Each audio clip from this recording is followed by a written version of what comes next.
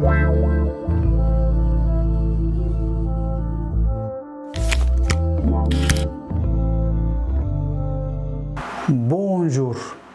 En ce jour, nous célébrons la fête de Saint Symmachus, pape.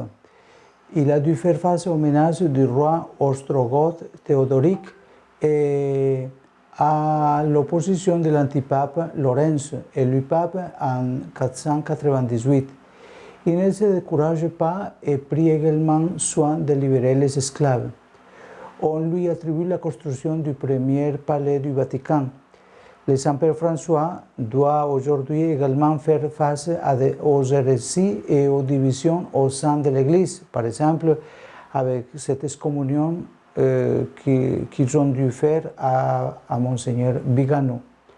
Prions toujours pour le Saint-Père François, comme il nous le demande toujours, afin qu'avec tous ceux qui sont ses collaborateurs, il puisse bien accomplir sa mission de sanctifier, gouverner et guider le peuple de Dieu.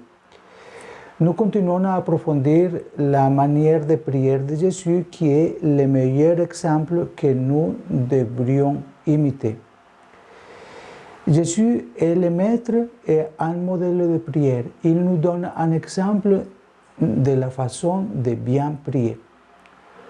Au cours de sa vie publique, Jésus a constamment fait recours à la force de la prière. Les évangiles nous le montrent lorsqu'il se retire dans le lieu aparté pour prier. Il s'agit des observations sobres et discrètes qui laissent seulement imaginer ces dialogues orants. Celles-ci témoignent cependant clairement qu'également dans les moments de plus grand dévouement aux pauvres et aux malades, Jésus ne négligeait jamais son dialogue intime avec le Père.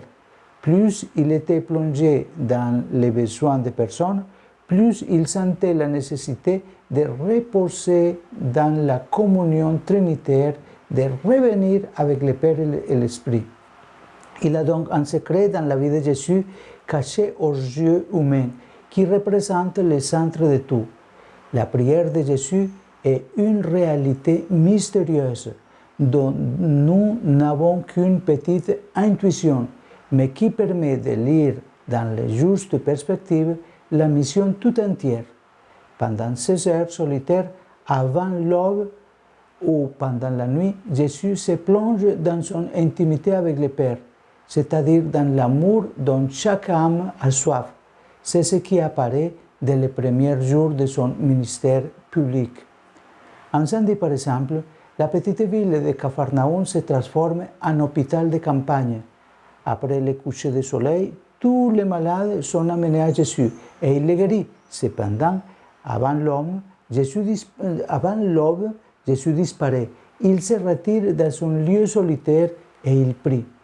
Simon et les autres le cherchent et quand ils le trouvent, ils lui disent « Tout le monde te cherche ». Que répond Jésus? « Je dois aller prêcher dans les autres villages. C'est pour cela que je suis venu ». Jésus est toujours un peu au-delà dans la prière avec le Père et au-delà dans d'autres villages, d'autres horizons pour aller prêcher d'autres peuples. La prière est le gouvernail qui guide la route de Jésus. Ce qui guide les étapes de sa mission ne sont pas les succès, ce n'est pas le consensus, ce n'est pas cette phrase séduisante « Tout le monde te cherche ». Ce qui trace le chemin de Jésus, c'est la voie la moins commode, qui cependant obéit à l'inspiration du Père que Jésus écoute et accueille dans sa prière solitaire. Que Dieu Tout-Puissant nous aide à être des hommes et des femmes de prière. Et que Dieu vous bénisse au nom du Père et du Fils et du Saint-Esprit. Amen. Bonne journée.